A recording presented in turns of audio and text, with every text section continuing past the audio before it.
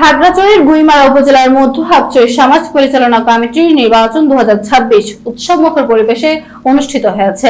সভাপতি পদে মাত্র 1 ভোটের ব্যবধানে জয় পেয়েছেন মোহাম্মদ দেলোয়ার হোসেন।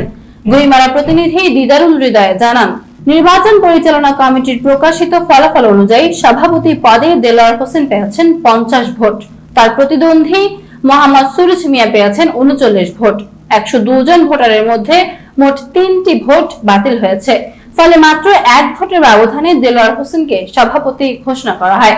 তার জয়ের মধ্য দিয়ে সভাপতি পদে প্রতিদ্বন্দ্বিতার অবসান ঘটে এবং মধ্য হাবছড়ি সমাজ পরিচালনা কমিটিতে নতুন নেতৃত্বের পথ তৈরি হয়। সভাপতি ছাড়া কমিটির অন্যান্য গুরুত্বপূর্ণ পদে প্রার্থীরা বিনা প্রতিদ্বন্দ্বিতায় নির্বাচিত হয়েছেন।